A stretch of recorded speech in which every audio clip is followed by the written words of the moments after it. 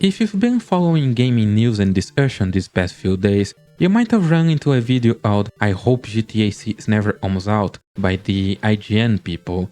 Now, it has a very clickbaity title and a very clickbaity thumbnail, but I believe the feelings behind it to be genuine, and it's a topic that's very dear to me, so I decided, you know what, I've had these ideas rattling around my head for years, and I have some pretty strong opinions on the subject, so let me just take the opportunity and get them off my chest, maybe see if somebody else agrees with me, disagrees with me, get some feedback, you know the drill.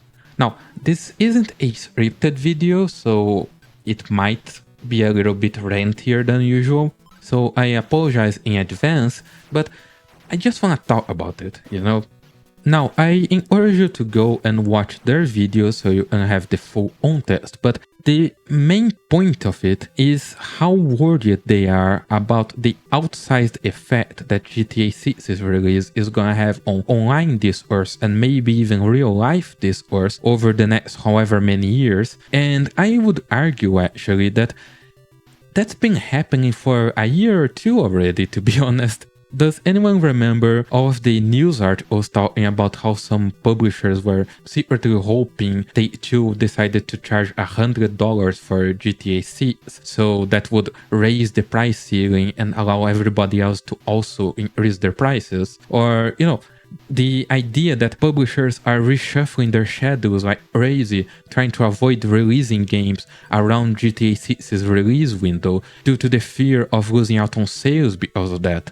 Or the sheer amount of people that are analyzing every single pixel of every single frame of every single trailer and trying to dissect every single word of every single interview, stalking developers' social media pages in the hopes of finding something, anything they can turn into a viral video that they can use to build their career out of. Or hell, the people who decided to just give up on that and started plain old making shit up so they can at least have like their 5 minutes of fame on TikTok or whatever.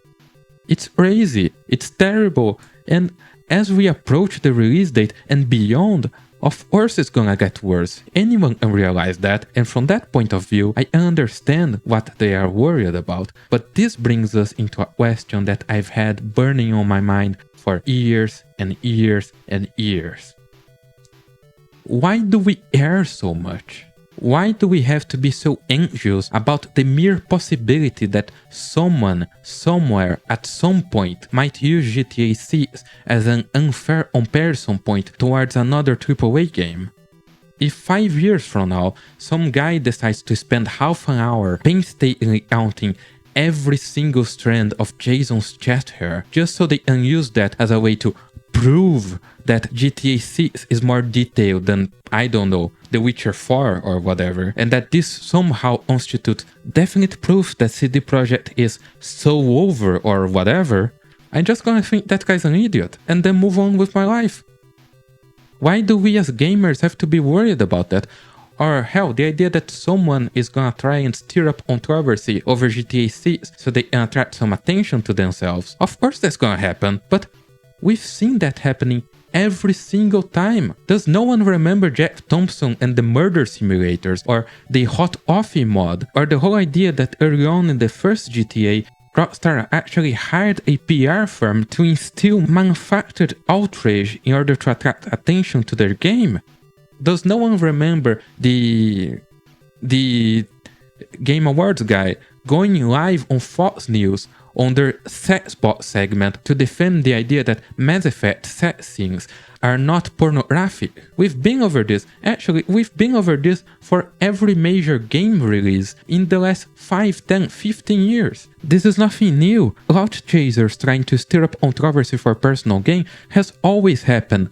It will always keep happening, and we should be used to that by now. And more importantly, we should have gotten used to the tools that we have at hand to deal with that. People love talking about algorithms and how they are engineered to hold our attention for as long as possible, how that leads into this vicious cycle of negativity, aggression, hopelessness, because it's harder to resist negative emotions and just keep doomscrolling for 1, 2, 3, 10 hours at a time, and they are correct.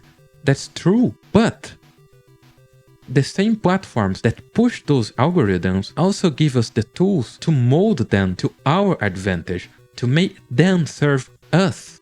YouTube has this handy little button that you can press that tells the algorithm, don't recommend me videos from that person again, or don't recommend me videos relating to this topic. They constantly, actively ask you for your feedback regarding videos, the 1 to 5 star rating, the little buttons you can press, like is this video life-changing, is it inspiring, is it other, whatever that may be. There are ways to make your homepage more welcoming, more interesting, less negative.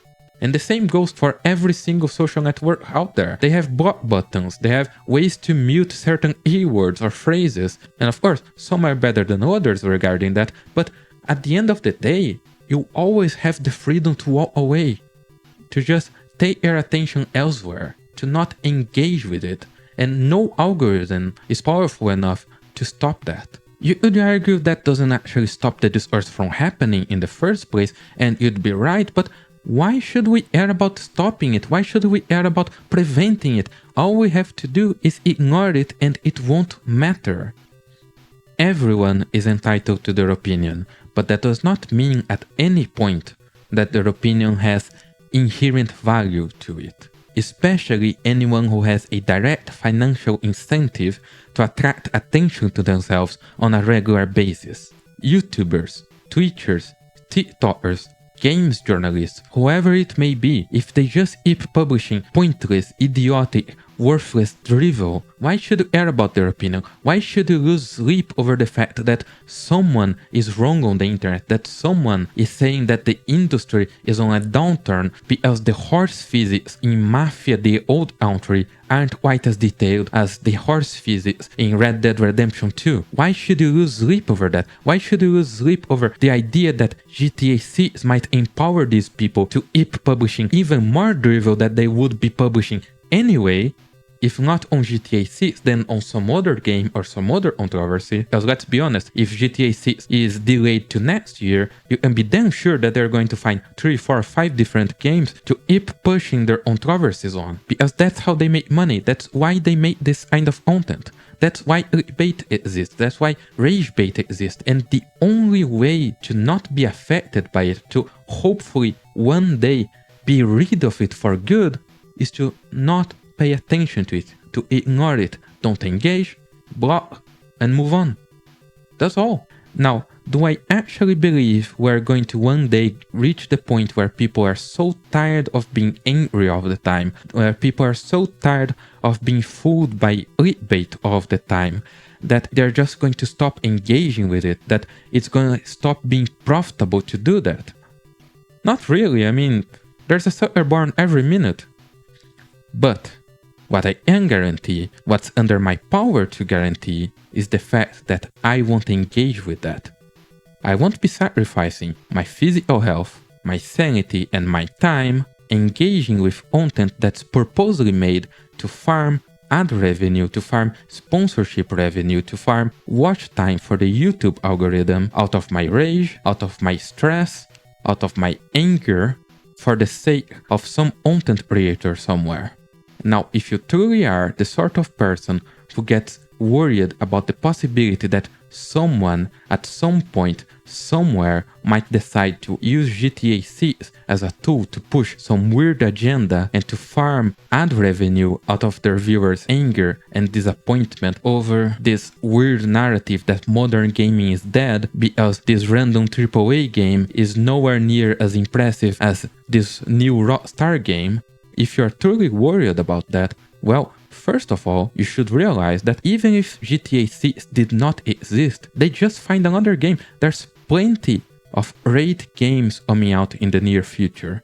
Any one of them would fit the bill. And you can be damn sure that at some point, when people get tired of GTA 6, they will find another one. GTA 6 was never the problem. And second, just because you can't beat them doesn't mean you have to join them. Take a good, hard look at your video title and at your thumbnail and ask yourself if you truly believe there are people out there wanting to exploit viewers' attention and emotions for monetary gain if you are truly in a position to criticize somebody else for doing it. Anyway, that's enough out of me. I feel relieved, actually. Like I said, that's been stuck in my throat for a long time, way before I started making videos on YouTube. And yeah, it feels good to talk it out. I truly don't want to turn this into a habit, so I hope it was interesting, I guess. I mean, I'm not gonna say it was entertaining, as it really wasn't. But anyway, if you've watched it all the way to the end, I thank you. As always, feedback is very welcome. And yeah, next week I'll be back with some other game. Probably not a video review, I'm still working on that, but there's some interesting demos that I saw over the week that I really want to talk about, and yeah, just look forward to that if you'd like. But anyway, until then, I thank you for watching and see you later. Bye!